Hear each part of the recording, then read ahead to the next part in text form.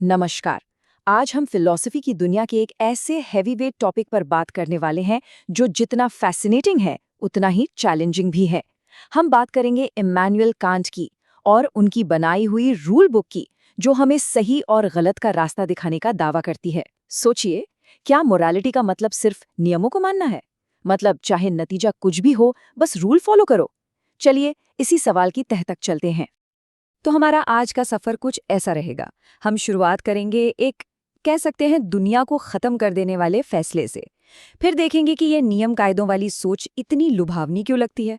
इसके बाद हम सीधे कांट के मॉरल सिस्टम के दिल में उतरेंगे, उसकी तुलना भगवद गीता से भी करेंगे, और हाँ, ये भी देखेंगे कि ये नियम कहाँ जाके टूट जाते हैं। और आखिर में सबसे जरूरी सवाल कि हमारा अपना सिद्धांत क्या है। तो चलिए सीधे एक बहुत ही मुश्किल सिचुएशन में चलते हैं। एक ऐसी सिचुएशन जहां एक फैसला, सिर्फ एक फैसला, पूरी दुनिया को बचा सकता है या फिर उसे हमेशा के लिए खत्म कर सकता है। ये सिर्फ कोई हाइपोथेटिकल सवाल नहीं है, ये कांट की पूरी फिलॉसफी के लिए एक लिटमस टेस्ट जैसा है। अब ये सवाल जरा सोचिए, अगर किसी के एक नियम तोड़ने से लाखों लोगों की जान बच सकती हो, तो क्या वो नियम तोड़ देना चाहिए? सुनने में सवाल बड़ा सीधा लगता है ना, लेकिन इसका जवाब उतना ही पेचीदा है। और यही सवाल हमें नैतिकता की बहस के बिल्कुल सेंटर में ले जाता है। तो सिचुएशन कुछ ऐसी है। मान लीजिए कोई सॉफ्टवेयर इंजीनियर है और उसे पता चलता है कि एक न्यूक्लियर मिसाइल बस लॉन्च होने ही वाली है। एक ऐसी मिसाइल जो एक भयानक जंग छेड़ सकती है। अब उस इंजीनियर के पास इतनी काबिलियत है कि वो नेटवर्क हैक करके इसे रोक सकता है।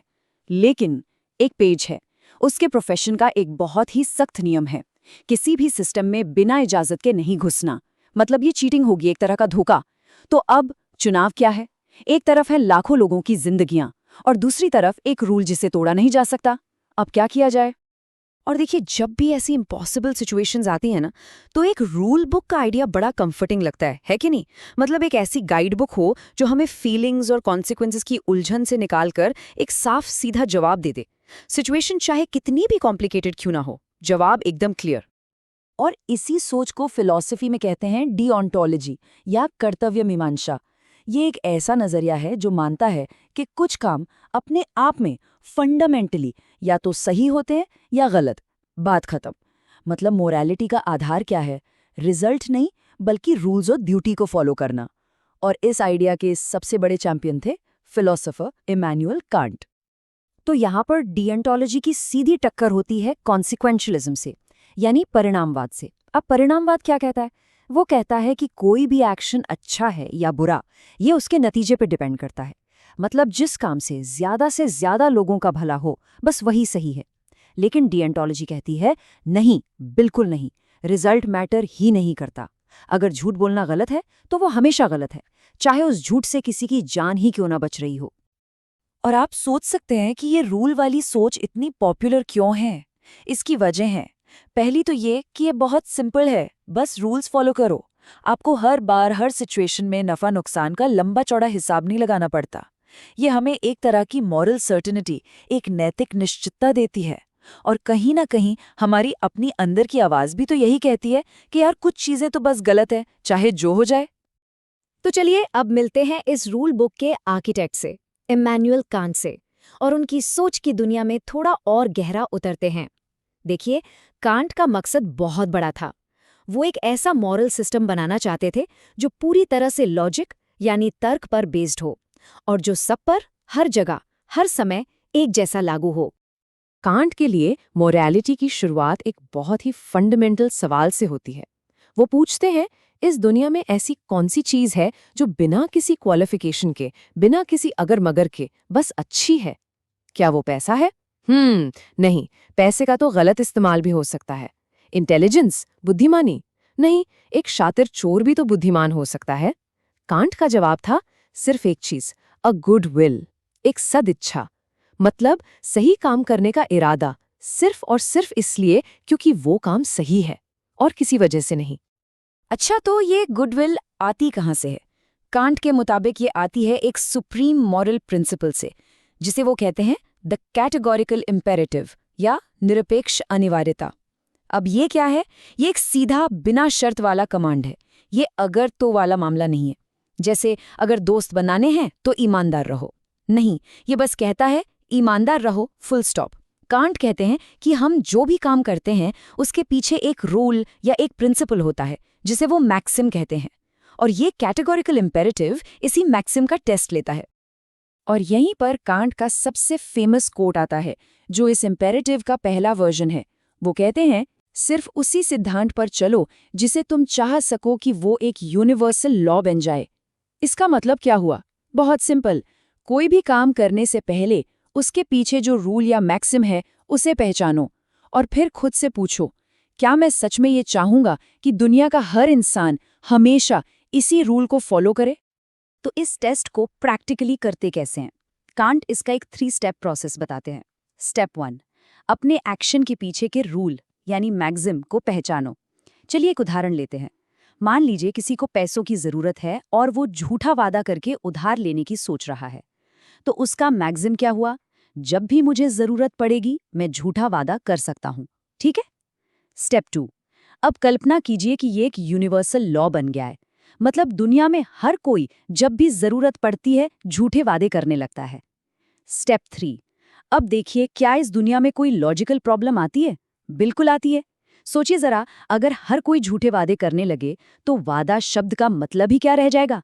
कोई किसी के वादे पर यकीन ही नहीं करेगा। मतलब वादा करने का पूरा कॉन्सेप्ट ही खत्म हो जाएगा। ये एक सेल्फ डिफीटिंग लॉ है। इसीलिए कांट के हिसाब से वादा तोड़ना इमोरल है। अब इसी कैटेगोरिकल इम्पेरेटिव का एक दूसरा बहुत ही पावरफुल वर्जन भी है। ये कहता है कि हर इंसान को हमेशा एक एंड इन इटसेल्फ की तरह ट्रीट करो, ना कि सिर्फ एक मीन्स टू एन एंड की तरह। आसान भाषा में इसका मतलब है कि हर इंसान की अपनी एक डिग्निटी, एक इज्जत है। हमें कभी भी किसी दूसरे इंसान को अपने मकसद पूरा करने के लिए सिर्फ एक टूल या जरिया नहीं समझना चाहिए। हमें हमेशा उनकी ह्यूमैनिटी और ऑटोनॉमी की रिस्पेक्ट करनी चाहिए।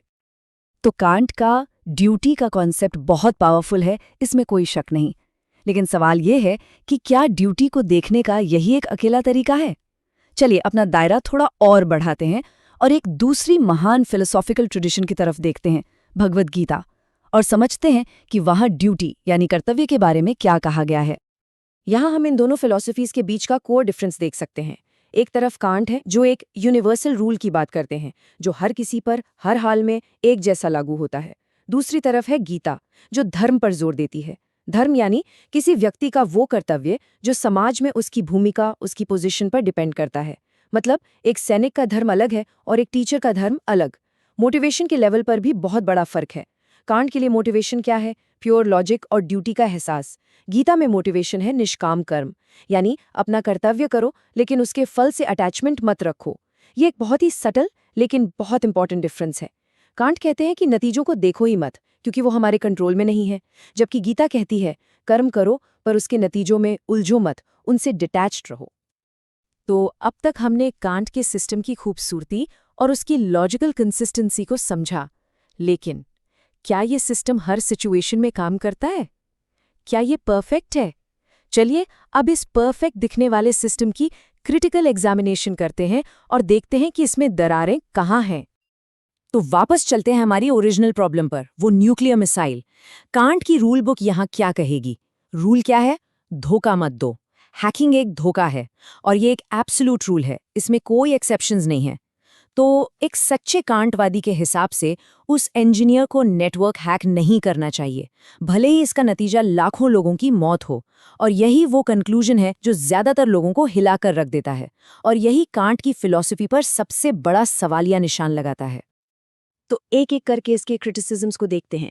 सबसे पहली और सबसे बड़ी क्रिटिसिज्म, ये सिस्टम बहुत ज्यादा रिजिड, बहुत कठोर है। अब मजे की बात यह है कि कांट के लिए ये कोई कमी नहीं बल्कि खूबी थी। उनका मानना था कि अगर हम फीलिंग्स या सिचुएशन के हिसाब से रूल्स को बदलने लगें तो मोरालिटी का मतलब ही खत्म हो जाएगा। लेकिन क्रिटिक्स कहते हैं कि रियल लाइफ इतनी ब्लैक एंड व्हाइट नहीं होती। दूसरी बड़ी प्रॉब्लम, तब क्या किया जाए जब दो ड्यूटीज आपस में टकरा जाएं? मान लीजिए झूठ मत बोलो और किसी बेगुनाह की जान बचाओ, यहाँ क्या करें? कांट इसका कोई साफ जवाब नहीं देते। और आखिर में, क्योंकि ये पूरी फिलॉसफी तर्क यानी रीजन पर टिकी है, तो जानवर जैसे नॉन रैशनल बीइंग्स को मॉरल कंसिडरेशन से बाहर कर देती है। और क्रिटिसिज्म्स की लिस्ट अभी और भी है। आलोचक ये भी कहते हैं कि कांट इंटेंशंस पर इतना ज़्यादा फोकस करते हैं कि वो कॉन्सिक्वेंसेस को पूरी तरह से इग्नोर कर देते हैं, जो कि प्रैक्टिकल लाइफ में पॉसिबल नहीं लगता। उनके सिस्टम में इमोशंस के लिए भी कोई जगह नहीं है, जबकि कंपैशन, एम्पैथी ये सब हमारी मॉरल लाइफ का कितना इंपॉर्टेंट हिस्सा है। और हाँ, वो जो यूनिवर्सलाइजेशन टेस्ट है वो भी तो सब्जेक्टिव हो सकता है। मतलब जो चीज़ एक इंसान को लॉजिकल कॉन्ट्रडिक्शन लगे, ज़रूरी नहीं कि दूसरे को भी लगे। तो कांट के सिस्टम में इतनी सारी कमियां देखने के बाद इसे पूरी तरह से रिजेक्ट कर देना बहुत आसान लगता है। लेकिन ठहरिए, ऐसा करने से पहले चलिए अपने आखिरी हिस्से पर चलते हैं और देखते हैं कि इन सब खामियों के बावजूद हम इससे क्या सीख सकते हैं। तो टेक अवे क्या है? देखिए, हो सकता है कि कांट का सिस्टम परफेक्ट ना हो, लेकिन ये हमें एक बहुत बहुत पावरफुल आइडिया देके जाता है। यह हमें मजबूर करता है कि हम अपने एक्शंस के पीछे के प्रिंसिपल्स को क्वेश्चन करें। यह हमें हिपोक्रेसी से बचने की चुनौती देता है और एक ऐसा मॉरल स्टैंडर्ड सेट करने को कहता है जिसे हम सच में पूरी दुनिया के लिए कानून बनता देखना चाहेंगे। और इसी आखिरी सोचने पर मजबूर कर देने वाले सवाल के साथ हम आज की बात खत्म करते हैं। अपने जीवन का कोई एक फंडामेंटल रूल सोचिए। वो ईमानदारी हो सकती है, दया हो सकती है, कुछ भी। अब बस ये सवाल पूछना है, अगर दुनिया का हर एक इंसान हमेशा इसी रूल के हिसाब से जीने लगे तो क्या ये दुनिया एक बेहतर, ज्यादा लॉजिकल और ज्यादा ह्यूमेन जगह होगी? इसका जवाब जो भी हो, उस जवाब तक पहुंचने की ये जो कोशिश है, शायद यही कांट की सबसे बड़ी लेगेसी